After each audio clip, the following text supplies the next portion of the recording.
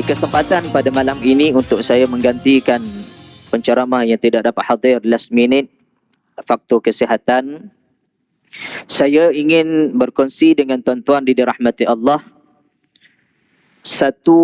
dua ayat daripada firman Allah Subhanahu wa taala di dalam surah An-Nur. Dua ayat di dalam surah An-Nur yang mana dua ayat ini adalah berkaitan asbabun nuzul ataupun sebab turunnya ayat. Assalamualaikum warahmatullahi wabarakatuh.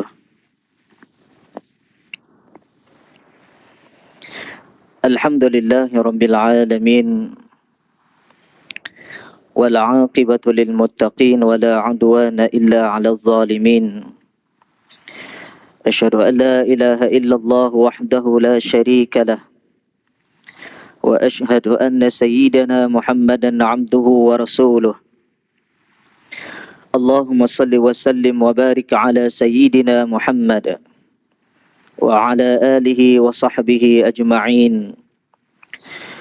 Qala rabbi syrah li sadri wa yassir li amri wa hlul 'uqdatam min lisani yafqahu qawli. Subhanaka la 'ilma lana illa ma 'allamtana innaka antal 'alimul hakim. Allahumma aftah 'alaina futuhal 'arifin warzuqna fahman nabiyyin. Allahumma faqina fid din wa 'allimna at-ta'wil. Allahumma ij'alna minal ladzina yastami'una al-qawla fayattabi'una ahsanah. Rabbi yassir wa la tu'assir. Rabbi tammim bi khair. Amma ba'd. Muslimin muslimat, hadirin hadirat yang dirahmati Allah, alhamdulillah kita rafa'kan setinggi-tinggi kesyukuran kita kepada Allah Subhanahu wa taala kerana dengan limpahan rahmat dan kasih sayang Allah, pada malam ini kita sama-sama dapat berada di dalam rumah Allah untuk kita melaksanakan salat fardu maghrib.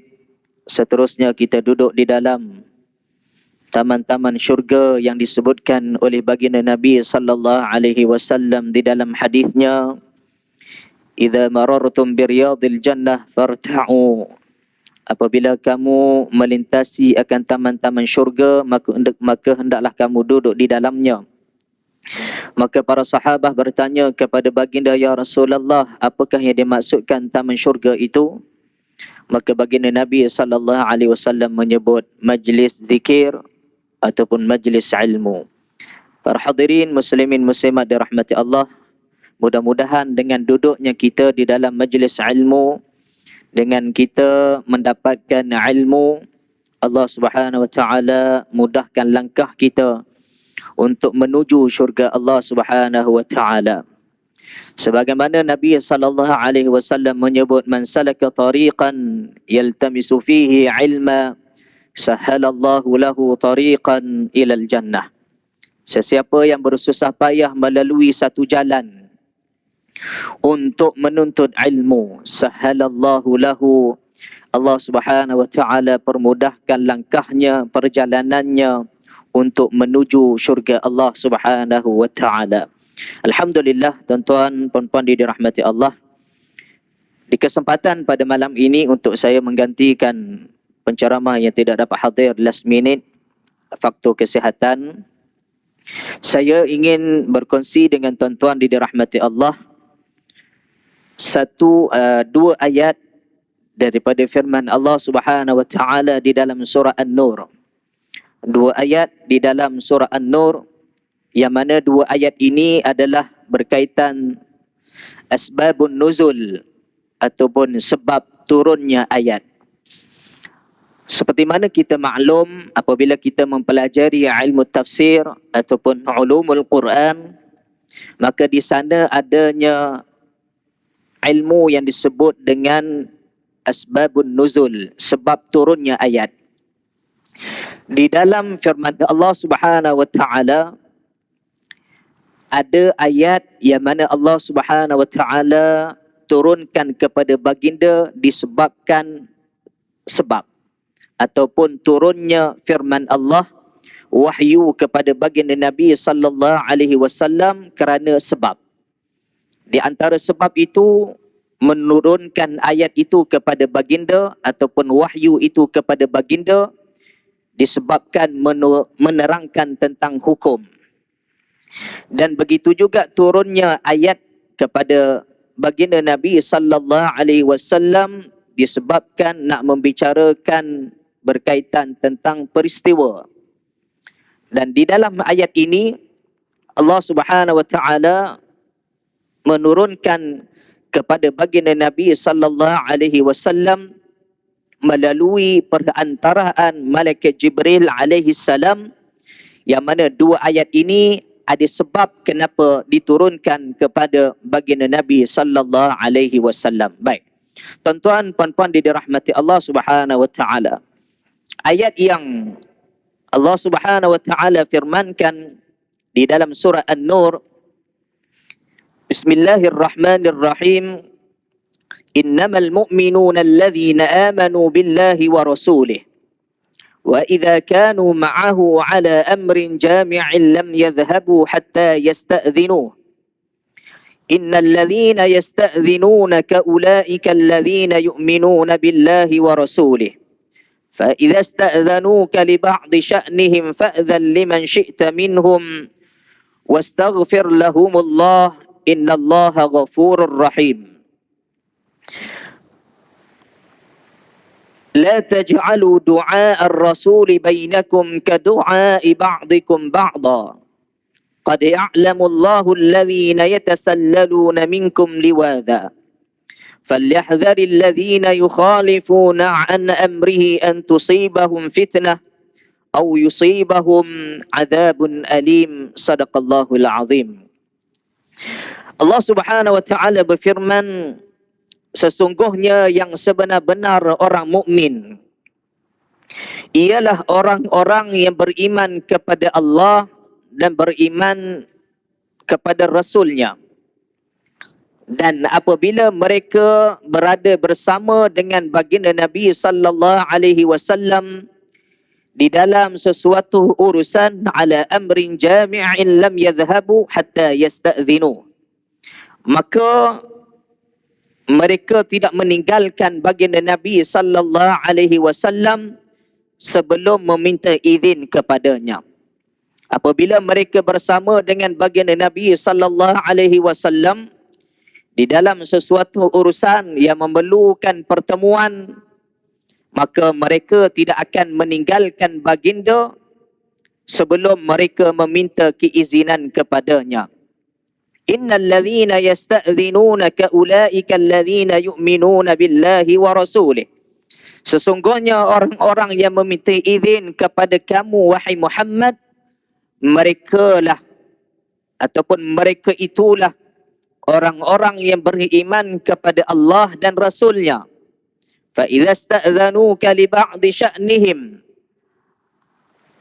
maka apabila mereka meminta izin kepada kamu kerana sesuatu keperluan ataupun hajat, fa'dzan liman syi'ta minhum wastaghfir lahumullah, maka berikanlah izin kepada sesiapa yang kamu inginkan ataupun kepada siapa yang kamu kendaki di antara mereka. Wastaghfir lahumullah, dan mohonlah ampunan untuk mereka kepada Allah. Sesungguhnya Allah Maha Pengampun lagi Maha Penyayang. Di dalam surah An-Nur ayat yang ke-62. Para hadirin muslimin muslimat dirahmati Allah, turunnya ayat ini kerana sebab disebut di dalam kitab Asbabun Nuzul yang dikarang oleh Al-Imam As-Sayuti rahimahullahu ta'ala, yang mana ayat ini turun ketika mana nak tercetusnya peperangan Ahzab. Peperangan Ahzab adalah peperangan selepas tercetusnya berlakunya peperangan Uhud. Yang pertama, berlakunya peperangan Badar. Umat Islam berjaya menewaskan musuh di dalam peperangan Badar. Kemudian untuk menuntut bela kekalahan mereka di dalam peperangan Badar, maka sekali lagi musuh Islam memerangi baginda Nabi sallallahu alaihi wasallam bersama dengan para sahabat di dalam peperangan Uhud yang berlaku pada tanggal 3 Hijrah. Di dalam peperangan Uhud, sebagaimana kita maklum, ramainya di kalangan para sahabat gugur syahid. Ramainya mereka terbunuh di dalam peperangan Uhud. Tidak terkecuali baginda Nabi sallallahu alaihi wasallam sendiri cedera di dalam peperangan Uhud. Kemudian pada tanggal 7 Hijrah, pada tanggal 5 Hijrah, ya, pada tanggal 5 Hijrah, maka berlakunya sekali lagi peperangan yang dinamakan peperangan Ahzab ataupun dinamakan dengan peperangan Khandaq. Kenapa dinamakan peperangan Khandaq? Kerana di dalam peperangan itu adanya peristiwa penggalian parit. Maka disebut dengan peperangan Khandaq. Ayat ini turun ketika mana beberapa hari nak berlakunya tercetusnya peperangan Ahzab. Ketika mana berita sampai kepada baginda Nabi sallallahu alaihi wasallam yang mana orang kafir musyrikin mereka telah pun sampai di sempadan Madinatul Munawwarah, yang mana musyrikin Makkah mereka berjaya mengumpulkan tentera mereka seramai 10,000 orang untuk memerangi umat Islam.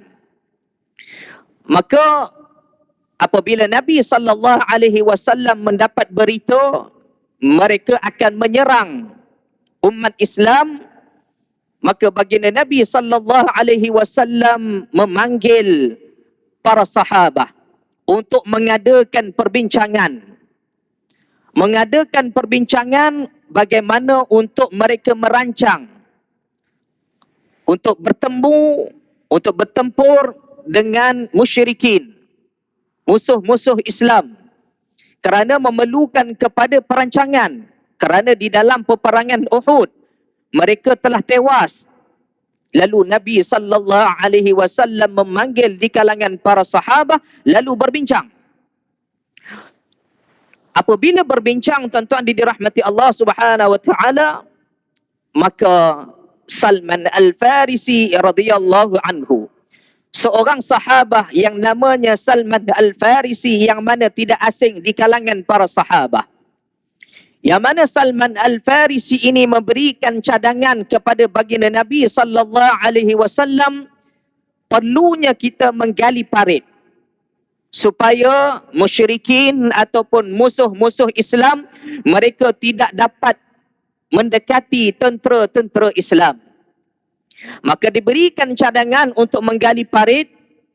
Maka Nabi sallallahu alaihi wasallam menerima pandangan Sayyidina Salman Al-Farisi radhiyallahu anhu.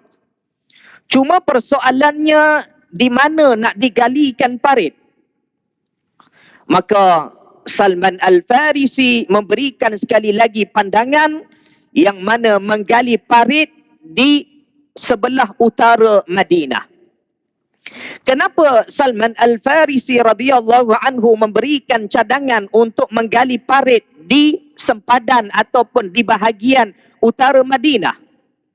Kerana di bahagian yang lain, selatan ataupun timur Madinah, yang mana adanya bukit ataupun gunung dan begitu juga dengan kebun-kebun kurma, maka memberikan kesukaran kepada musyrikin untuk mereka datang di sebelah timur ataupun di sebelah barat untuk menyerang tentera Islam.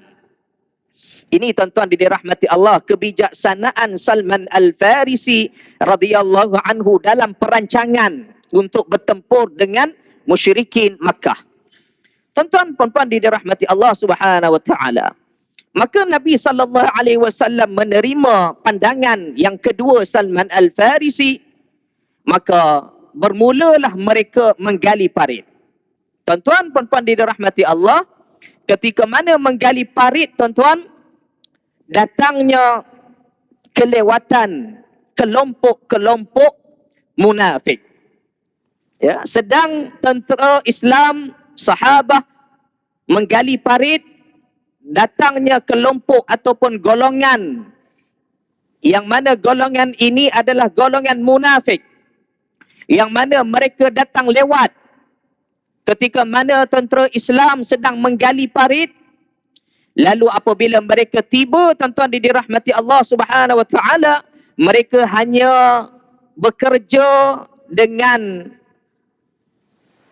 pekerjaan yang ringan. Mereka hanya membuat kerja yang ringan sahaja. Datang dalam keadaan yang lewat, hanya mengambil bahagian bekerja dengan kerja yang ringan. Kemudian munafik ini mereka balik awal. Mereka balik awal, mereka tidak meminta izin ataupun memaklumkan kepada Nabi sallallahu alaihi wasallam. Maka turun ayat ini, tuan-tuan dirahmati Allah, yang Allah Subhanahu wa taala sebut apa dia? Wa idza kanu ma'ahu ala amrin jami'in lam yadhhabu hatta yasta'dhinu. Kalau mereka nak balik awal, ada urusan ataupun ada perkara-perkara yang menyebabkan mereka perlu meninggalkan baginda Nabi sallallahu alaihi wasallam, hatta yasta'dhinu, dia akan minta izin kepada Nabi sallallahu alaihi wasallam. Ini orang mukmin.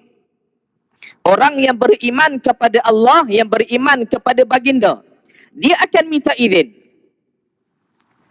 Tetapi munafik ini, tuan-tuan dirahmati Allah, dia datang dalam keadaan yang lewat, dia pulang awal tanpa memaklumkan kepada baginda Nabi sallallahu alaihi wasallam. Dia tidak meminta izin kepada baginda Nabi sallallahu alaihi wasallam, maka Allah turunkan ayat ini nak bagi tahu golongan yang datang itu adalah golongan munafik. Orang mukmin dia tidak akan buat perbuatan seperti itu. Orang mukmin dia tidak akan berperangai seperti itu. Dia akan minta izin kepada baginda Nabi sallallahu alaihi wasallam, dia akan beradab dengan baginda Nabi sallallahu alaihi wasallam. Maka di kalangan para sahabat kenal rupanya yang datang lewat itu adalah golongan munafik. Tuan-tuan, puan-puan dirahmati Allah Subhanahu wa taala. Golongan munafik ini golongan yang amat bahaya. Siapa golongan munafik ini? Golongan yang bermuka-muka.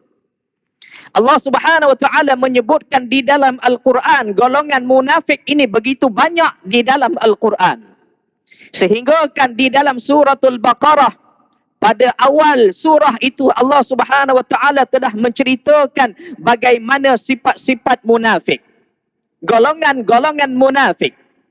Allah Subhanahu wa taala menyebut, wa minan nasi man yaqulu amanna billah wa bil yaumil akhir wa ma hum bimu'minin yukhadi'una Allah walladzina amanu wa ma yakhda'una illa anfusahum wa ma yash'urun.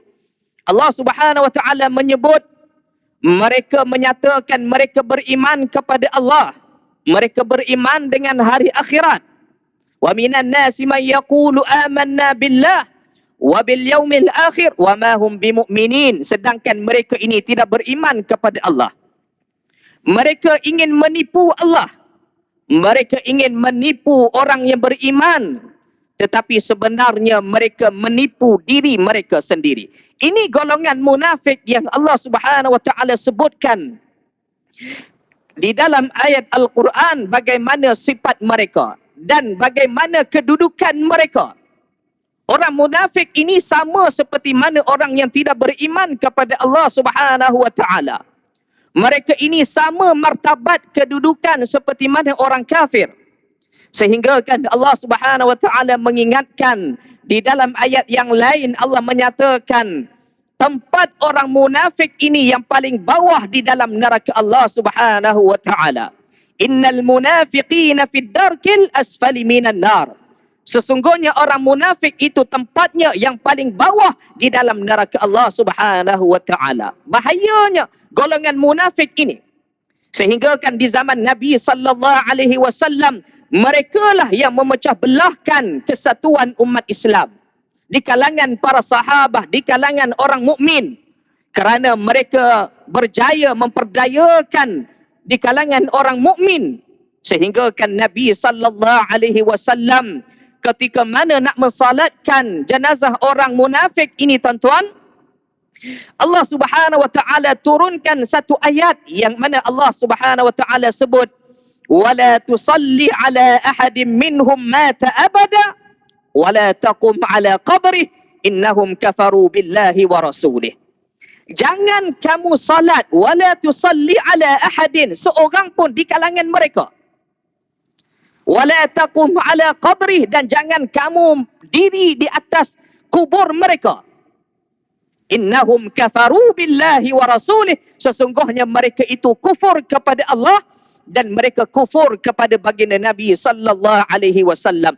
Allah Subhanahu wa taala mengingatkan kepada baginda yang mana orang munafik ini tidak perlu solatkan ke atas jenazahnya kerana mereka ini sama seperti mana orang yang tidak beriman kepada Allah Subhanahu wa taala. Jadi tuan-tuan dirahmati Allah, apabila watak munafik ini Allah Subhanahu wa taala bongkarkan melalui daripada ayat yang Allah Subhanahu wa taala firmankan di dalam surah An-Nur ini, maka di kalangan mereka mengetahui rupanya mereka itu adalah golongan-golongan munafik. Bahkan tuan-tuan dirahmati Allah Subhanahu wa taala, apabila mereka meninggalkan baginda Nabi sallallahu alaihi wasallam, begitu juga dengan para sahabat, maka Allah Subhanahu wa taala menyebut yang mana mereka ini membiarkan begitu sahaja baginda Nabi sallallahu alaihi wasallam dan mereka datang bersama dengan kelompok-kelompok mereka. Mereka mengatakan, kami berjumpa dengan baginda Nabi sallallahu alaihi wasallam, kami berjumpa dengan Muhammad, bukanlah kami beriman dengannya, bukanlah kami nak bantunya, tetapi kami hanya mempermainkan mereka. Tuan-tuan dirahmati Allah, golongan munafik ini adalah golongan yang bermuka-muka dengan baginda Nabi sallallahu alaihi wasallam, yang mana mereka ini duduk dengan baginda, salat di belakang baginda Nabi sallallahu alaihi wasallam, tetapi sebenarnya mereka tidak beriman kepada baginda. Mereka hanya mempermainkan di kalangan para sahabat, orang mukmin. Wa idza laqul ladzina amanu qalu amanna wa idza khalu ila syayatinihim qalu inna ma'akum innama nahnu mustahzi'un. Allah Subhanahu wa taala sebut di dalam ayat ini, wa idza laqul ladzina amanu, apabila mereka berjumpa dengan kamu, dia kata apa dia? Qalu amanna, kami beriman kepada Allah. Wa idza khalu ila syayatinihim, dan apabila dia berjumpa dengan syaitan-syaitan mereka, Allah Subhanahu wa taala sebut syayatinihim, syaitan-syaitan mereka. Siapa dia? Kelompok-kelompok mereka, kelompok-kelompok munafik, yang mana apabila mereka berjumpa dengan syaitan-syaitan mereka, qalu inna ma'akum, kami bersama dengan kamu. Ni tuan-tuan, orang munafik, bermuka-muka berjumpa dengan orang mukmin, mengatakan beriman kepada Allah. Apabila mereka kembali dengan kelompok-kelompok mereka, sebenarnya kami tidak bersama dengan mereka. Sebab itu tuan-tuan dirahmati Allah, Nabi sallallahu alaihi wasallam menyebut kepada kita, jangan ada di kalangan umat Islam tanda-tanda orang munafik, ciri-ciri orang munafik.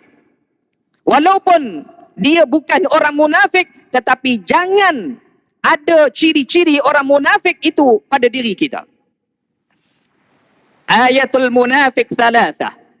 Idza haddatha kadzaba, wa idza wa'ada akhlafa, wa idza tumina khan. Kata Nabi sallallahu alaihi wasallam, tanda-tanda orang munafik itu, ciri-ciri orang munafik itu 3. Idza haddatha kadzaba, apabila dia berbicara dia berdusta. Apabila dia bercakap dia bohong. Tidak pernah percakapannya satu pun percakapan yang benar, melainkan semua adalah pembohongan. Ini tanda-tanda ataupun ciri-ciri orang munafik. Wa idza wa'ada akhlafa, dan apabila dia berjanji dia memungkiri janji. Tidak pernah dia menepati janjinya. Apabila dia berjanji dengan orang mukmin, dia mengkhianati, dia menyalahi janjinya. Wa idza tumina khan, apabila dia diberikan amanah, dia khianat dengan amanah yang diberikan kepadanya. Tuan-tuan dirahmati Allah Subhanahu wa taala, maka ini ciri-ciri orang munafik yang mana Nabi sallallahu alaihi wasallam sebutkan supaya memberikan pengajaran kepada kita. Jangan kita ada pada diri kita tanda-tanda ataupun ciri-ciri orang munafik. Baik. Tuan-tuan puan-puan dirahmati Allah Subhanahu wa taala. Nabi SAW ketika mana menggali parit, tuan-tuan, disebut di dalam sirah yang mana Nabi dalam keadaan yang lapar, tuan-tuan. Ketika mana Nabi menggali parit nak tercetusnya peperangan Ahzab, Nabi SAW menggali parit sendiri bersama dengan para sahabat. Ya, Nabi dalam keadaan yang lapar, disebut di dalam riwayat Nabi 3 hari tak makan, tuan-tuan. Nabi tak makan 3 hari, tetapi Nabi SAW turun bersama dengan para sahabat menggali parit. Ini contoh kepimpinan yang ditunjukkan oleh baginda Nabi SAW. Baginda menunjukkan kepada kita bukan hanya dari sudut soal ibadah, tetapi Nabi SAW juga menunjukkan kepada kita bagaimana untuk menjadi pemimpin. Soal kepimpinan juga diajarkan oleh baginda Nabi SAW.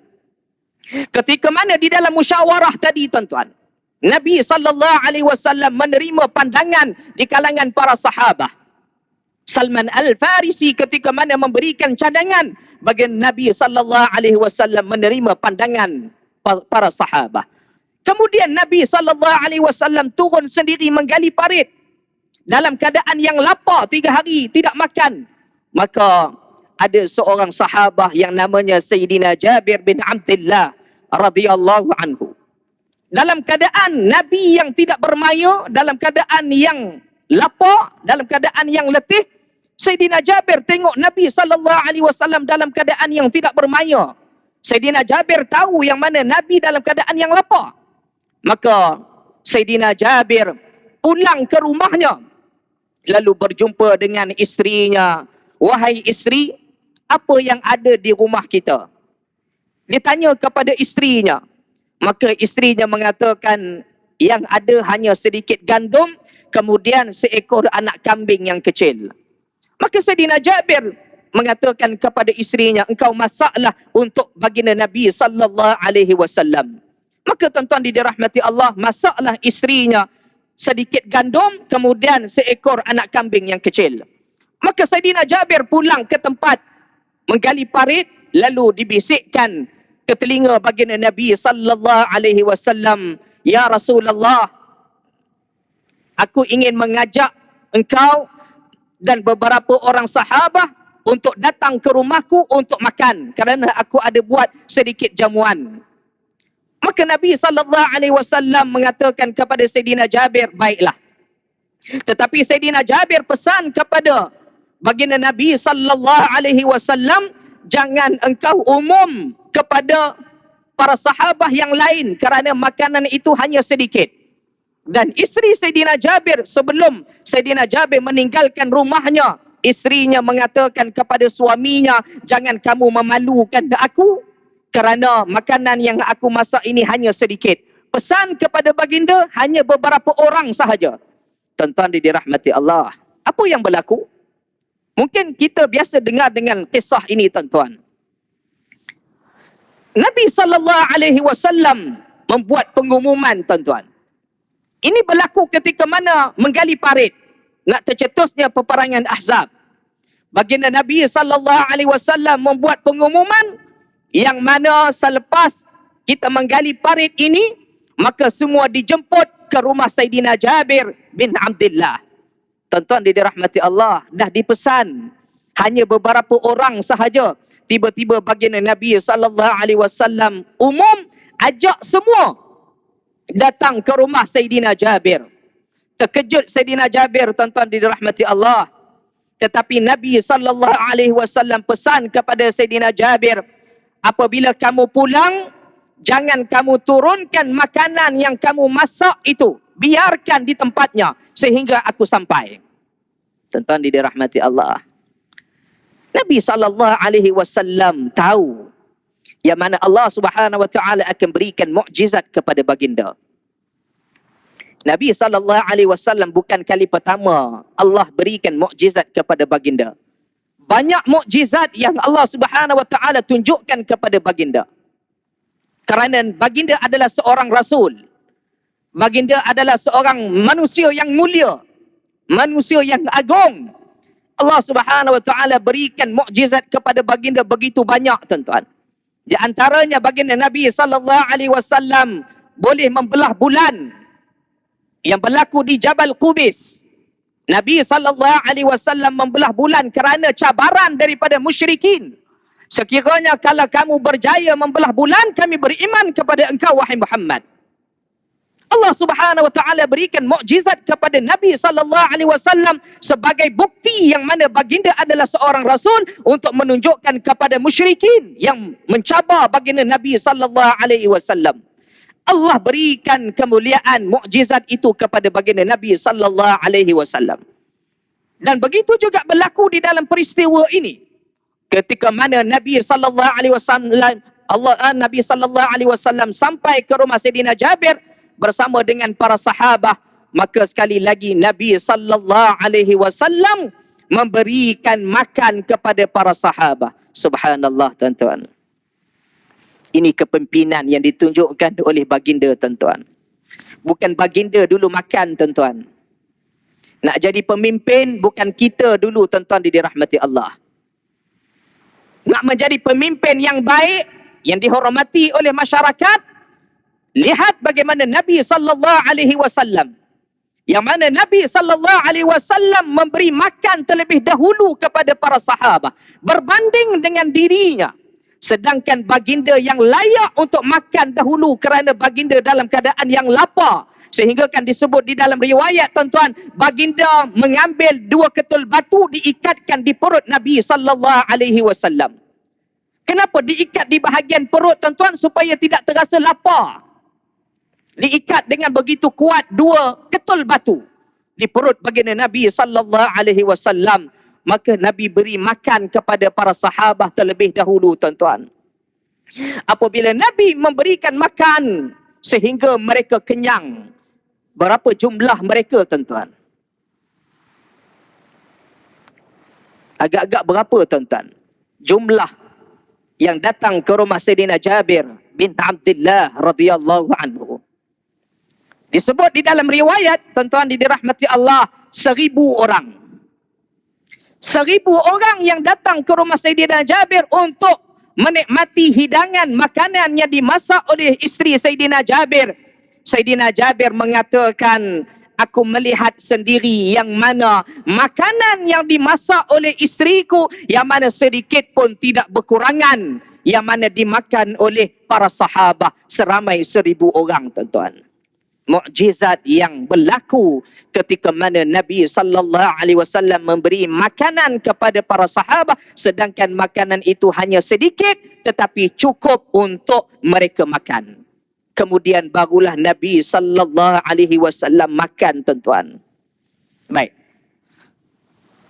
Apabila kisah ini berlaku, tuan-tuan dirahmati Allah Subhanahu wa taala, maka selesai mereka kembali untuk menggali parit semula, tuan-tuan. Maka selepas itu tercetusnya peperangan Ahzab. Tuan-tuan, puan-puan dirahmati Allah Subhanahu wa taala, bersusah payahnya mereka untuk memelihara agama. Bersusah payahnya para sahabat sehingga mereka terkorban di dalam peperangan semata-mata untuk mempertahankan agama. Sehingga kan pada hari ini agama itu sampai kepada kita. Namun tuan-tuan dirahmati Allah, ketika mana kita mengecapi akan keamanan, kesejahteraan, kebahagiaan yang kita anuti agama Islam itu, ada di kalangan kita yang cuba untuk merosakkan agama Islam. Cuba untuk menghina agama Islam. Cuba untuk memperlekehkan agama Islam. Dan mereka ada di kalangan yang mana tidak lagi untuk menjaga kesucian agama Islam. Benarlah kata Nabi sallallahu alaihi wasallam. Nabi sallallahu alaihi wasallam sebut akan datang satu zaman yang mana orang yang berpegang dengan agama Islam kal qabidu alal jamri. Seperti mana dia menggenggam bara api, tuan-tuan. akhir zaman, orang yang berpegang dengan agama Islam amat sukar. Sehingga kan digambarkan seperti menggenggam bara api. Begitu payahnya, begitu sukarnya, begitu sakitnya untuk mempertahankan agama Islam, syariat Allah Subhanahu wa taala di akhir zaman nanti, tuan-tuan. Mudah-mudahan kita termasuk di kalangan orang yang mempertahankan syariat Allah Subhanahu wa taala di akhir zaman nanti, tuan-tuan. Baik. Apabila Allah Subhanahu wa taala sebut di dalam ayat ini, fa'dzal liman syi'ta minhum wastaghfir lahumullah innallaha ghafurur rahim. Orang mukmin ini apabila dia minta izin kepada engkau, berikan izin kepadanya dan kamu minta ampun bagi mereka. Kenapa, tuan-tuan? Kerana mereka ini telah melaksanakan perintah Allah, perintah baginda Nabi sallallahu alaihi wasallam, maka minta ampun untuk mereka kepada Allah Subhanahu wa taala. Tuan-tuan, puan-puan dirahmati Allah, pengorbanan yang telah dilakukan oleh para sahabat, maka sebab itu Allah redha kepada mereka. Nabi sallallahu alaihi wasallam sentiasa meminta keampunan bagi para sahabat. Kerana mereka ini setia bersama baginda Nabi sallallahu alaihi wasallam, sanggup berkorban untuk agama Allah, maka Allah Subhanahu wa taala sebut Allah redha kepada mereka, mereka redha kepada Allah Subhanahu wa taala. Tuan-tuan, puan-puan dirahmati Allah, maka golongan munafik ini apabila mereka menzahirkan wajah-wajah mereka, maka Allah Subhanahu wa taala menempelak mereka. Allah Subhanahu wa taala sebut di dalam ayat yang lain, tuan-tuan, orang munafik ini, sehingga kan Allah kata istaghfir lahum aw la tastaghfir lahum in tastaghfir lahum la yaghfirallahu lahum 70 marrah. Kalau kamu minta ampun bagi mereka ataupun kamu tidak minta ampun bagi mereka, la tastaghfir lahum 70 marrah. Istaghfir lahum aw la tastaghfir lahum in tastaghfir lahum 70 marrah. Walaupun kamu minta ampun bagi mereka 70 marrah, 70 kali pun aku tidak ampunkan mereka. Bukan sekali, tuan-tuan. Kalau Nabi SAW minta ampun bagi mereka 70 kali pun, Allah Subhanahu wa taala mengatakan aku tidak ampunkan mereka. Nak menunjukkan bahawasanya Allah Subhanahu wa taala telah mengkategorikan orang munafik ini adalah golongan-golongan yang bersama-sama dihumban di dalam neraka Allah Subhanahu wa taala dan tidak akan mendapat pertolongan daripada Allah Subhanahu wa taala. Baik, tuan-tuan, puan-puan dirahmati Allah. InsyaAllah kita bagi luar azan, kita akan sambung pada ayat yang kedua. Para hadirin muslimin muslimat dirahmati Allah, kita sambung sedikit lagi. Allah Subhanahu wa taala berfirman pada ayat yang kedua, la taj'alu du'a ar-rasul bainakum ka du'a ba'dikum ba'da. Janganlah kamu jadikan panggilan Rasul sallallahu alaihi wasallam di antara kamu seperti panggilan sebahagian kamu kepada sebahagian yang lain. Sesungguhnya qad ya'lamullahu alladhina yatasallaluna minkum liwadha. Sesungguhnya Allah mengetahui antara kamu yang menarik diri keluar daripada majlis Nabi secara berselindung dan bersembunyi. Falyahdharil ladzina yukhalifuna an amrih an tusibahum fitnah aw yusibahum 'adzabun alim. Maka hendaklah orang-orang yang menyalahi perintah Rasul takut akan ditimpa cobaan atau ditimpa azab yang sangat pedih. Tuan-tuan, puan-puan dirahmati Allah, ayat yang kedua ini juga turun kerana disebabkan orang munafik. Rentetan daripada ayat yang ke-62 tadi, tuan-tuan dirahmati Allah, Allah Subhanahu wa taala menzahirkan ciri-ciri ataupun golongan-golongan munafik ini. Maka sekali lagi Allah Subhanahu wa taala menzahirkan golongan munafik ini, yang mana ketika mana mereka memanggil baginda Nabi sallallahu alaihi wasallam, mereka memanggil seperti mana mereka memanggil kawan mereka ataupun di kalangan mereka. Mereka memanggil dengan nama. Dan ayat ini turun ketika mana orang munafik memanggil baginda Nabi sallallahu alaihi wasallam dengan memanggil nama ya Muhammad. Ada di kalangan mereka memanggil ya Abul Qasim. Mereka tidak memanggil dengan ya Rasulullah, ya Nabi Allah. Adapun orang mukmin, mereka memanggil baginda Nabi sallallahu alaihi wasallam dengan memanggil ya Rasulullah, ya Nabi Allah. Ini orang mukmin tuan-tuan. Di kalangan para sahabat memanggil dengan gelaran yang ada pada baginda ya Rasulullah, ya Nabi Allah. Maka Allah Subhanahu wa taala turunkan ayat ini nak menzahirkan orang munafik ini dia memanggil baginda dengan memanggil nama ya Muhammad, ya Abul Qasim. Tuan-tuan, puan-puan dirahmati Allah.